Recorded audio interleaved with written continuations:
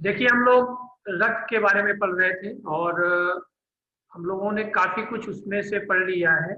आज उसके आगे हम लोग बात करेंगे रक्त ब्लड ग्रुप के बारे में। आज हम लोगों को बात करना है, क्योंकि रक्त क्या है ये हम लोग अच्छी तरह जान गए हैं और उसके जो भाग हैं उसके बारे में भी हम लोग पढ़ लिए हैं। और रक्त कणिकाओं के बारे में, प्लाज्मा के बारे में, प्लेट ये हो चुका है, यानी लाल रक्त कणिकाएं, श्वेत रक्त कणिकाएं और प्लेटलेट्स के बारे में हम लोग देख चुके हैं। तो आज रुधिर वर्ग या रक्त समूह या ब्लड ग्रुप के बारे में हम लोग पढ़ेंगे।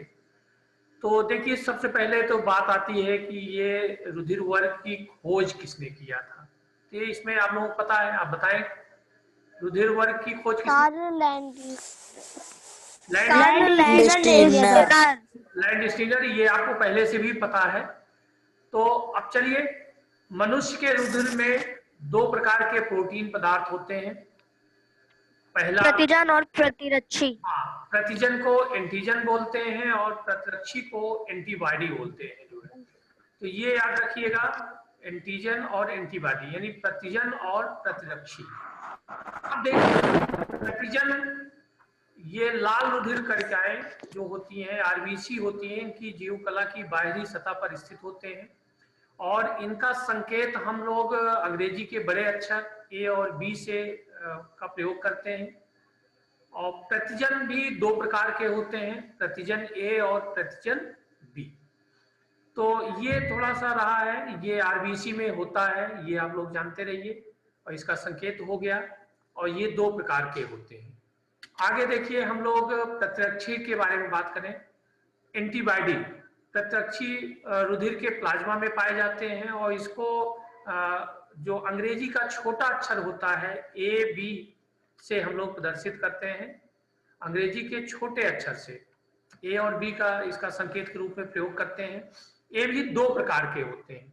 नंबर एक प्रतिरक्षी ए, प्रतिरक्षी बी, इसको स्मॉल ए से हम लोग प्रदर्शित करते हैं। तो ये तो दोनों जानिए कि एंटीजन और एंटीबॉडी जो हमारे रक्त में होते हैं। अब देखिए, इसी से लैंड स्टीनर ने समूह वर्गों को रक्त के चार भागों में इसको विभाजित किया। रक्त के चार भाग ए, बी, ए बी तथा ओ होते हैं। अब चलिए देखिए, ये इसमें रक्त में ए में कौन कौन सा क्या क्या चीज पाया जाता है। अब देखिए, रुधिर वर्ग ए में हम चार प्रकार के हो गए, रक्त ए बी, ए बी और ओ। तो रुधिर जो ए प्रकार का रुधिर होता है उसमें प्रतिजन यानी एंटीजन ए होता है और एंटीबॉडी बी होती है जो है। याद रखिएगा, दोनों का उल्टा होता है। इसमें देखिए, प्रतिजन ए और एंटीबॉडी कौन सी होती है? बी होती है। और जो ब्लड ग्रुप बी है इसमें प्रतिजन बी होगा और प्रतिरक्षी एंटीबॉडी कौन सी होगी? ए होगी। ए बी में प्रतिजन ए और बी होता है और एंटीबॉडी इसमें कोई नहीं होती है। उसी तरह ब्लड ग्रुप ओ में इसमें प्रतिजन कोई नहीं होता है और प्रतिरक्षी क्या होता है? एंटीबॉडी क्या होती है? ए और बी होती है। तो ये पूछा जाता है एग्जाम में, तो इसको याद रखें। इसमें बहुत ज्यादा कुछ नहीं है, एकदम आसान सा है। आगे देखते हैं। आप लोग देखते होंगे किसी को चोट लग जाती है या रक्त किसी में कम हो जाता है, रक्त अल्पता हो जाती है, तो रक्त चढ़ाया जाता है, उनको दान किया जाता है जो है। तो रुधिर का आदान प्रदान कैसे होता है? कौन सा ऐसा ब्लड ग्रुप है जो कि हम किसी को भी दे सकते हैं और कौन सा ब्लड ग्रुप ऐसा है जो कि सर्वग्राही होता है? देखिए, इस तरफ हमने बाएं साइड में दाता और इधर ऊपर ग्राही मैंने लिखा है। अब जैसे ए ब्लड ग्रुप है, ये किसको दिया जा सकता है? कौन ले सकता है इसको? इसको ए ब्लड है और ए भी ले सकता है जो है। और दोनों में बी और ओ में नहीं दे सकते हैं, क्योंकि किसी और में देंगे तो जो एंटीजन और एंटीबॉडी होती है ब्लड को जमा देती है और आदमी की मृत्यु हो जाती है। देखिए, ये व्यवहार में पढ़ने के लिए तो सही लगता है कि ए को और ए बी दोनों को दिया जा सकता है, लेकिन वाकई ये सैद्धांतिक रूप से हम लोग पढ़ रहे हैं और प्रयोग में देखा जाए तो ब्लड ग्रुप ए वाले का ए में ही दिया जाता है, ए बी वाले को नहीं दिया जाता है। लेकिन दिया जा सकता है फॉर इमरजेंसी, ये हम लोग जानते रहे। ब्लड ग्रुप बी, बी वाले को दाता अगर बी है तो ग्राही भी बी होना चाहिए और ए बी में दिया जा सकता है जो है। अब ए बी वाले को देखिए, ए बी वाले केवल ए बी वाले को दे सकता है, किसी और को नहीं दे सकता है। ओ ब्लड ग्रुप ये सभी को दे सकता है जो है, यानी ए को भी, बी को भी, ए बी को और ओ को। जैसे मेरा ब्लड ग्रुप ओ निगेटिव है तो हम किसी को भी दे सकते हैं। यानी आप देख सकते हैं इसमें कि सर्वदाता, सर्वदाता कौन है? ओ, ओ निगेटिव याद रखिएगा। सर्वदाता कौन सा है? ओ निगेटिव हो गया। और सर्वग्राही कौन से हैं?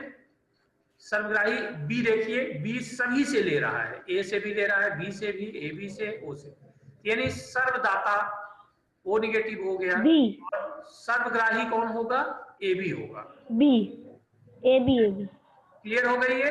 सर्वदाता और सर्वग्राही आराम से आप बता सकते हैं। सर्वदाता ओ हो गया, ओ निगेटिव, और सर्वग्राही ए बी हो गया। तो चलिए आगे देखते हैं। ये तो अब तक हमारे शरीर में जो परिवहन होता था रक्त के बारे में, उसके बारे में था। आगे हम पेड़ पौधों के बारे में पढ़ेंगे, पेड़ पौधों में परिवहन कैसे होता है। देखिए हम लोग पहले भी इस पे बात कर चुके हैं।